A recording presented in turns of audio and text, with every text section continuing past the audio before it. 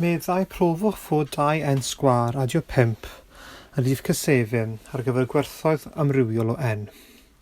Byddai'n gywir iddoedd wedyn goswch yn lle. Felly rydyn yn ei brofi. Mae'n cyfateb i ran o'r sylabus rydyn y profi drwy ddisbyddu, a mae'n bach yn diflas fel cwestiwn. Hynny, mae dal angen i chi gallu gwneud y pethau yma.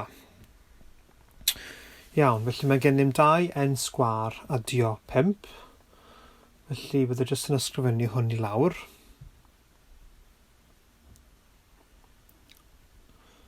Iawn, a pan mae n yn hafel i 1, cael 2 llosio 1 sgwâr adio 5.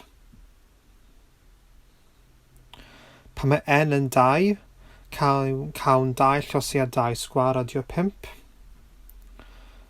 Pan mae n yn 3, cael 2 llosio 3 sgwâr adio 5. A phan mae n yn 4, cael 2 llosio 4 sgwâr adio 5.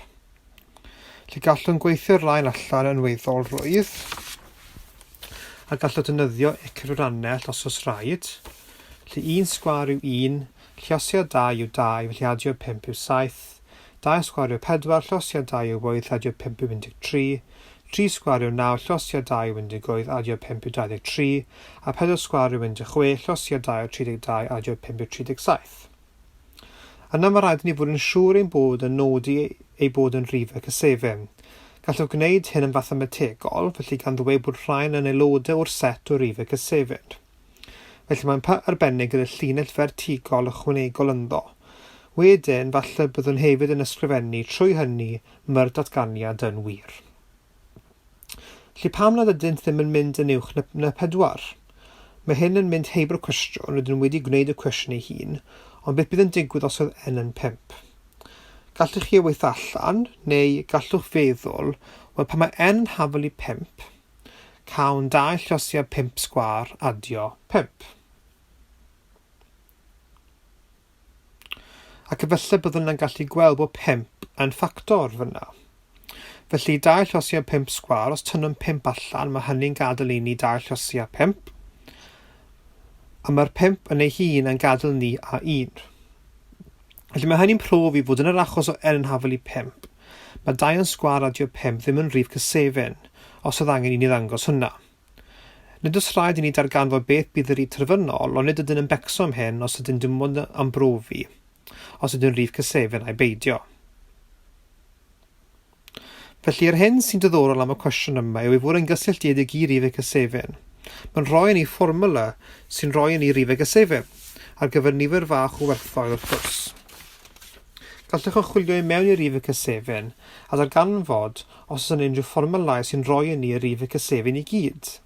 Byddem yn galw hwnna fel rhywbeth i chi gael tro arno. Y peth bwysig yw eich bod yn deall fod rhifau cysefin yn bwysig am ei bod yn sylfaen i rhifau. Mae'n hefyd yn bwysig mewn nifer o ardaloedd, fel yn siŵr byddwch yn gwybod.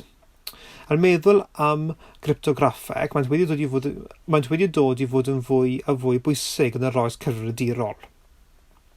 Mae yna fideo yn ein fideos sesiynau pontio blwyddyn 40 a llodwr o hyd iddo ar YouTube sydd amdano theori rhif neu number theory yn Saesneg a diogilwch o we. Falle byddwch yn gweld hynny'n diddorol. Felly mae rhifau cysefin yn bwysig, ac os oeddwn yn gallu cynhyrchu rhifau cysefin bydd hwnna'n ddefnyddiol. Un fformwla sydd wedi cael ei ddefnyddio yw fformwla Euler ar gyfer rhifau cysefin. Felly y fformwla yw n sgwâr adio n adio 41. Felly byddai jyst yn ysgrifennu fe allan. Gallwch cael edrych ar ychydig o'r gwerthoedd cyntaf o hwn. Gallwch chi deipio mewn i'ch cyfrannell, ond ffordd cyflym o wneud hyn yw ddefnyddio timeline Excel, felly Excel spreadsheet. A felly colofn A yw y gwerthoedd n, a colofn B yw yr n sgwâr adio n adio 41. Ar gyfer y rai o chi sydd â ddiddordeb, ydych siŵr o fod yn gwybod sut i'n wneud hyn, ond dyna'r fformwla rydym wedi defnyddio i gynhyrchu y rhifau yma. Felly ar y top yna, lle mae'r arwydd. Felly mae yna cyfle teg byddwch yn nabod bod y rhifau yma yn rhifau cysefin. Mae'n bendant yn gweithio hyd at n yn hafel i 10. Gallwn ymestyn ein talen Excel yn bellach i lawr. Gallwn ymestyn y ddau cell fan hyn, felly y rai byddwn rhoi cylch rownd nawr. Os oedd yn ei dywys, a gallwn ei ymestyn i lawr a byddai'n cario hwn ymlaen i ni. Ond beth bydd yn diddorol yw os gallwch edrych ar y fformwla lan fan hyn, gyda'r arwydd yna, a meddwl am rhif lle nid ydyn mynd i weithio. A nid yn amlwg yn syth, felly efallai byddech am rewi'r fideo a chael meddwl amdano hwnna.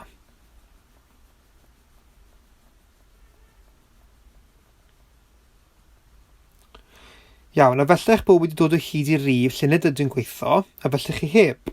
Ond yn bendant, beth gallwn gwneud gyda hwn yw gallwn dweud fod n sgwar adio n adio 41 yn haflu n llosio n plus 1 adio 41.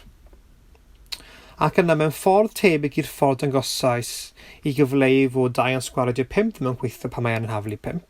Oherwydd fe wnaethon gweld gall 5 fod yn ffactor o'r 2 ran. Gallwn gweld fan hyn, os oedd n yn haflu 41, bydd gennym 41 llosio 42 adio 41. Sy'n 41 llosio 42 plus 1. A felly'n ddim yn cysefin. Felly gallwn gweld fod y fformwla yma ddim yn gweithio pan mae n yn haflu 41. Wrth gwrs gallai fod y lle sef fod ddim yn wir ar gyfer rhyw gwerth o n yn llai na 41 hefyd. Hynny, rydyn nhw leiaf wedi profi fod y fformwla yma ddim yn cynhyrchu rhif y cysefin yn unig. Trwy hynny, gallwn ddweud ein bod wedi dabrofi y syniad fod n sgwar adio n adio 41 yn cynhyrchu rhif y cysefin yn unig drwy wrthenghraifft. Mae hynny'n dim ond yn edrychiad bach ar peth syniadau a ddaw o'r cwestiwn yma. Felly gobeithio ei fod wedi gwneud hwn yn bach yn mwy diddorol.